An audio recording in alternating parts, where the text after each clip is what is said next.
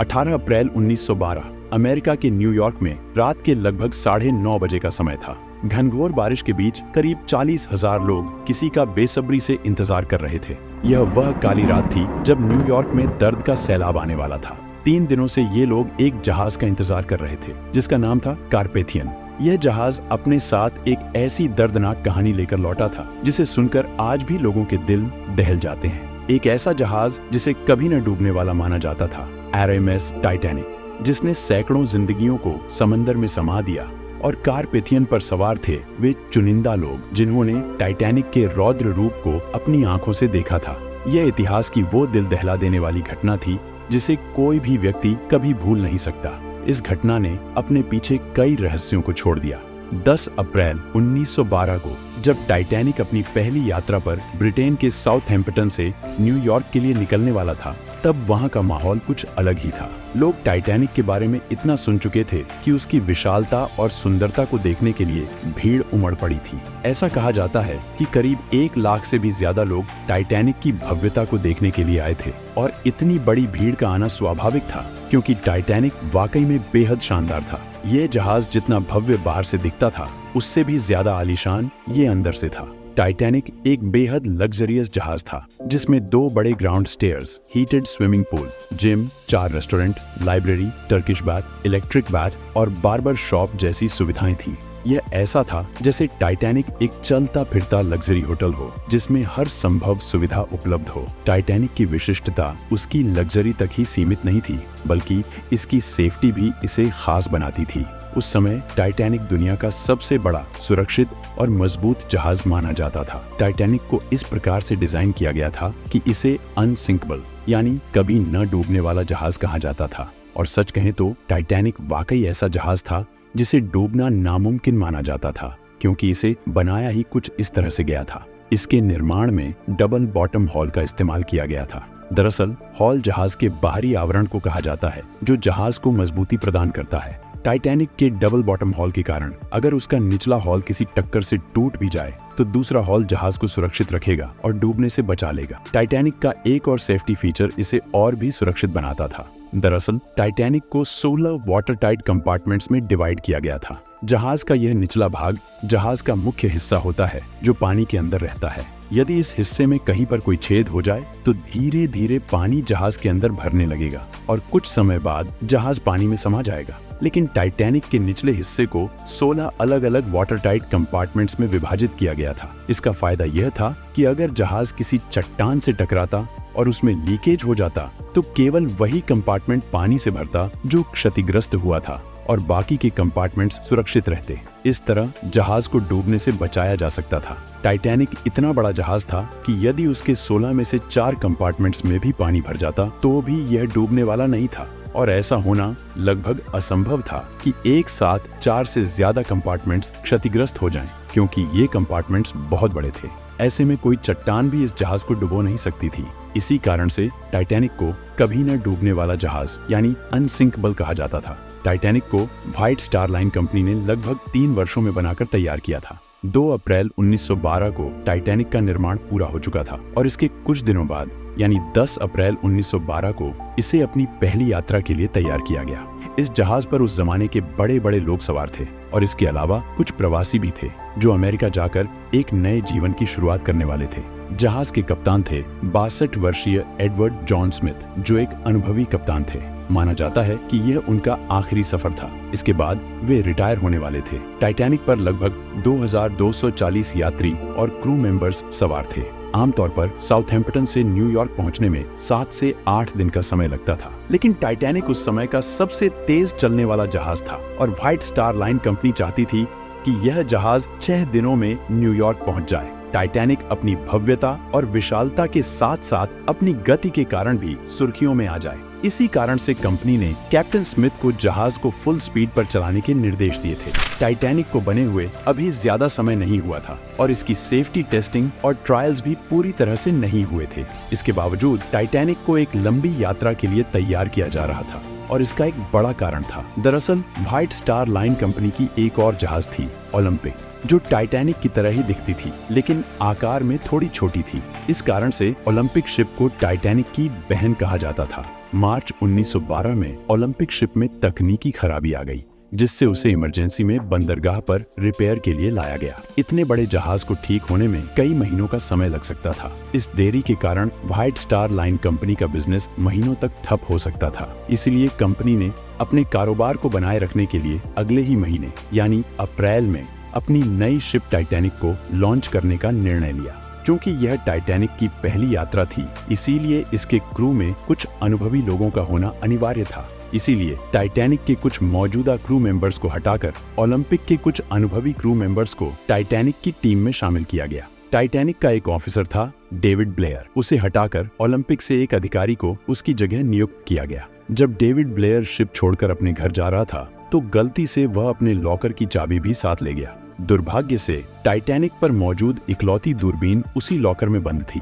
David Blair की इस छोटी सी गलती ने आगे चलकर टाइटैनिक के विनाश में अहम भूमिका निभाई। आखिरकार वो घड़ी आ ही गई जब 10 अप्रैल 1912 को टाइटैनिक अपने पहले ऐतिहासिक सफर पर रवाना हुआ। कैप्टन स्मिथ भलीभांति जानते थे कि साल के इन महीनों में समुद्र में आइसबर्ग की संख्या बहुत अधिक होती है। इसलिए कैप्टन स्मिथ ने खतरे को भांपते हुए सीधे नॉर्दर्न रूट को छोड़कर साउदर्न रूट का थोड़ा लंबा रास्ता चुना।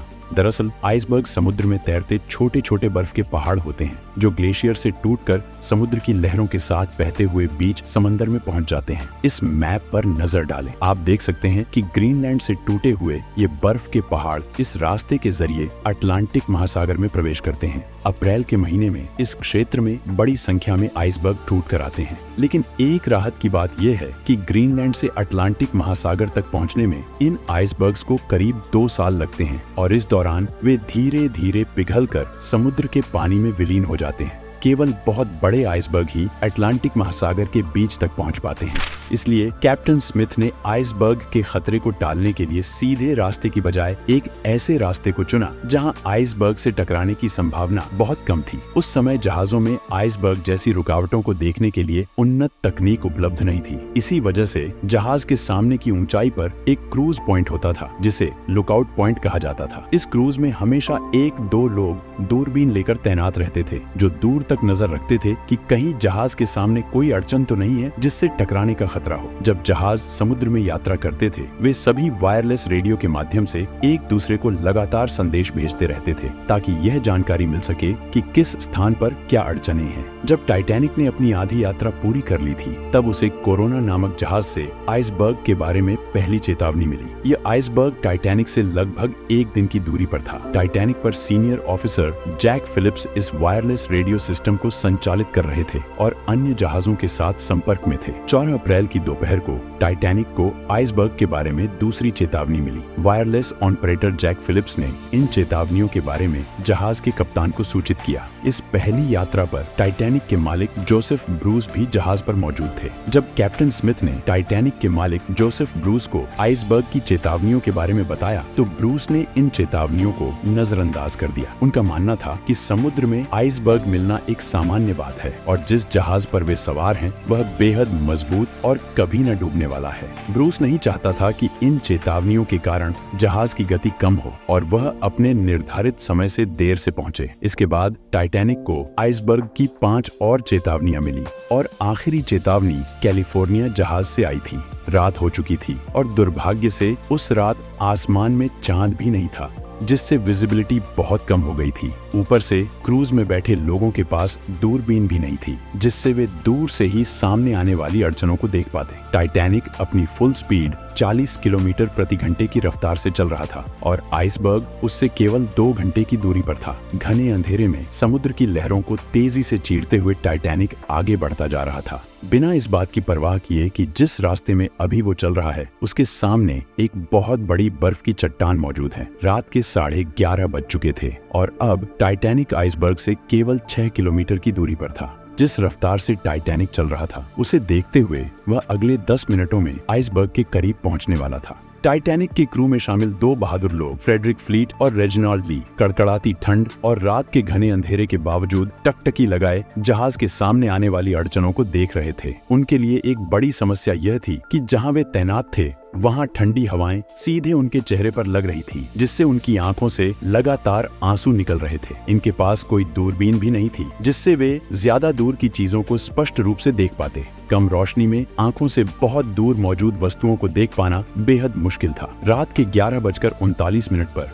क्रूज पर तैनात फ्रेडरिक फ्लीट की नजर सामने एक आइसबर्ग पर पड़ी। उसने बिना किसी देरी के तुरंत 3 बार घंटी बजाई और तुरंत ब्रिज पर मौजूद ऑफिसर्स को फोन करता है और बताता है कि सामने आइसबर्ग है, जल्दी से जहाज को लेफ्ट साइड में मोड़ो। ब्रिज पर मौजूद फर्स्ट ऑफिसर विलियम मर्डॉक ने जैसे ही आइसबर्ग की चेतावनी सुनी तो उसने तुरंत एक्शन लेते हुए फुल स्पीड में इंजन को रिवर्स चालू कर दिया और जहाज को तेजी से बाईं ओर मोड़ने का प्रयास किया। लेकिन अब बहुत देर हो चुकी थी। जहाज की रफ्तार इतनी अधिक थी कि इतने कम समय में रिवर्स इंजन चालू करने के बावजूद इसे रोक पाना असंभव था। साथ ही टाइटैनिक इतना बड़ा था कि उसे अचानक मोड़ना भी संभव नहीं था। हालांकि उन्होंने जहाज का रास्ता काफी हद तक मोड़ दिया, लेकिन रात के 11:40 पर टाइटैनिक का आगे का राइट वाला हिस्सा बर्फ की चट्टान से टकरा गया। ये टकराव इतनी जोर से हुआ कि जहाज पर मौजूद सभी यात्रियों को इसने हिलाकर रख दिया। दुर्भाग्यवश टाइटैनिक का डबल बॉटम हाल किसी काम नहीं आया, क्योंकि आइसबर्ग से हुआ इम्पैक्ट जहाज के साइड में हुआ था, जहां सिर्फ एक ही लेयर थी। जब कैप्टन स्मिथ ने जहाज के नुकसान का निरीक्षण किया तो यह पाया गया कि जहाज के 6 कंपार्टमेंट्स बुरी तरह क्षतिग्रस्त हो चुके थे और उनमें तेजी से पानी भर रहा था। ये देखकर कैप्टन स्मिथ हैरान रह गए, क्योंकि जहाज केवल 4 कंपार्टमेंट्स के भरने तक ही तैर सकता था, लेकिन 6 कंपार्टमेंट्स में पानी भरने का मतलब था कि जिस जहाज को अब तक कभी न डूबने वाला समझा जा रहा था वह अब डूबने वाला था। टकराव के बाद 20 मिनट बीत चुके थे और रात के 12 बजते ही कैप्टन स्मिथ ने क्रू को निर्देश दिया कि वे तुरंत एक डिस्ट्रेस सिग्नल भेजें ताकि आसपास मौजूद कोई जहाज उनकी मदद के लिए आ सके। वायरलेस ऑपरेटर जैक फिलिप्स बिना देरी किए लगातार डिस्ट्रेस सिग्नल्स भेजने लगे, लेकिन दुर्भाग्यवश आसपास कोई भी जहाज ऐसा नहीं था जो टाइटैनिक के भेजे गए डिस्ट्रेस सिग्नल्स को पकड़ सके। इस बीच 6 कंपार्टमेंट्स पहले ही पानी से भर चुके थे और अब पानी डेक के ऊपर से बहने लगा। स्थिति की गंभीरता को देखते हुए कैप्टन स्मिथ ने लाइफ बोट्स को समंदर में उतारने का आदेश दिया और सभी लाइफ बोट्स को बाहर निकालने की प्रक्रिया शुरू हो गई। दुर्भाग्य से उस समय टाइटैनिक पर केवल 20 लाइफ बोट्स ही मौजूद थीं और प्रत्येक लाइफ बोट की क्षमता सिर्फ 65 लोगों की थी। इन 20 लाइफ बोट्स के जरिए लगभग 1300 लोगों को ही बचाया जा सकता था, जबकि जहाज पर 2000 से ज्यादा लोग सवार थे। जल्दबाजी में शुरू में जो लाइफ बोट्स उतारी जा रही थी उनमें सिर्फ 27-28 लोगों को ही भेजा जा रहा था, जिससे लाइफ बोट्स को पूरी तरह भरा भी नहीं जा रहा था। प्रोटोकॉल के अनुसार महिलाओं और बच्चों को पहले लाइफ बोट में भेजा जाना था। वहीं जहाज पर कुछ लोग ऐसे भी थे जो मानते थे कि टाइटैनिक डूब ही नहीं सकता और वे पूरी तरह से निश्चिंत थे। इस दौरान जैक फिलिप्स लगातार डिस्ट्रेस सिग्नल्स भेज रहे थे और सौभाग्य से उनका एक सिग्नल पास में मौजूद एक जहाज कारपेथिया तक पहुंचता है। रात 12:30 बजे के करीब कारपेथिया से संदेश आता है कि वे टाइटैनिक पर मौजूद लोगों को बचाने के लिए आ रहे हैं, लेकिन बदकिस्मती से कारपेथिया जहाज टाइटैनिक से अभी भी लगभग 107 किलोमीटर दूर था। अपनी पूरी रफ्तार से भी चलते हुए कारपेथिया को टाइटैनिक तक पहुंचने में लगभग 4 घंटे लगने वाले थे। अब सवाल ये था कि क्या टाइटैनिक इतने समय तक सरवाइव कर पाएगा? जैसे जैसे टाइटैनिक के आगे के हिस्से में पानी भरता जा रहा था, वैसे वैसे जहाज आगे की ओर झुकता जा रहा था और पानी में डूबता जा रहा था। जैसे ही टाइटैनिक का झुकाव बढ़ने लगा, लोगों में हड़कंप मच गया। अब सभी को एहसास हो गया था कि टाइटैनिक डूबने वाला है और हर कोई अपनी जान बचाने के लिए लाइफ बोट में जगह पाने की कोशिश करने लगा। फर्स्ट क्लास के यात्रियों को लाइफ बोट में चढ़ाने की प्राथमिकता दी जा रही थी। 1:50 पर जब आखिरी लाइफ बोट को जहाज से उतारा गया, तब भी 1500 से अधिक लोग जहाज पर बचे थे। चारों ओर खौफ का माहौल था। जो लोग तैरना जानते थे वे समुद्र में कूद रहे थे, लेकिन समुद्र की बेरहमी भी कम नहीं थी। उस समय समुद्र का पानी -2 डिग्री सेल्सियस तक ठंडा था। इतने ठंडे पानी में कोई भी व्यक्ति 15 से 30 मिनट से ज्यादा जिंदा नहीं रह सकता था। कुछ लोगों ने तो मौत को स्वीकार कर लिया था और मौत को गले लगाने के लिए तैयार थे। वहीं जहाज के क्रू मेंबर्स अब भी किसी चमत्कार की उम्मीद में लगातार डिस्ट्रेस सिग्नल्स भेज रहे थे। वे आसमान में फ्लेयर्स भी चला रहे थे ताकि आसपास कोई जहाज उनके संकेतों को देख सके और उन्हें बचाने आ सके, लेकिन कोई भी जहाज उनकी मदद के लिए नहीं पहुंचा। इस बीच टाइटैनिक में पानी तेजी से भरने लगा और जहाज तेजी से डूबने लगा। जहाज का आगे का हिस्सा पूरी तरह से पानी में समा चुका था और पिछला हिस्सा पानी के ऊपर उठने लगा। आखिरकार कप्तान स्मिथ ने अपने क्रू को भी अपनी जान बचाने के लिए कहा, लेकिन जैक फिलिप्स अपनी जान की परवाह किए बिना आखिरी सेकंड तक डिस्ट्रेस सिग्नल्स भेजने में लगे रहे। जब तक जहाज पर इलेक्ट्रिसिटी थी तब तक जैक फिलिप्स लगातार उनकी मदद करने आ रही इकलौती शिप कारपेथिया से संपर्क बनाए हुए थे। कैप्टन स्मिथ ने अपने जहाज को न छोड़ने का फैसला किया। जैसे ही जहाज का आगे का हिस्सा पूरी तरह से पानी में समा गया, एक शॉर्ट सर्किट की वजह से पूरे जहाज पर अंधेरा छा गया। अटलांटिक ओशियन लोगों की चीखों से गूंज रहा था। जहाज का पिछला हिस्सा पूरी तरह से हवा में खड़ा हो गया और दबाव इतना बढ़ गया कि टाइटैनिक 2 हिस्सों में टूट गया। रात के 2:20 पर RMS टाइटैनिक अटलांटिक महासागर की गहराइयों में समा गया। कभी न डूबने वाला कहा जाने वाला जहाज महज 2 घंटे 40 मिनट में समुद्र की असीम गहराई में चला गया।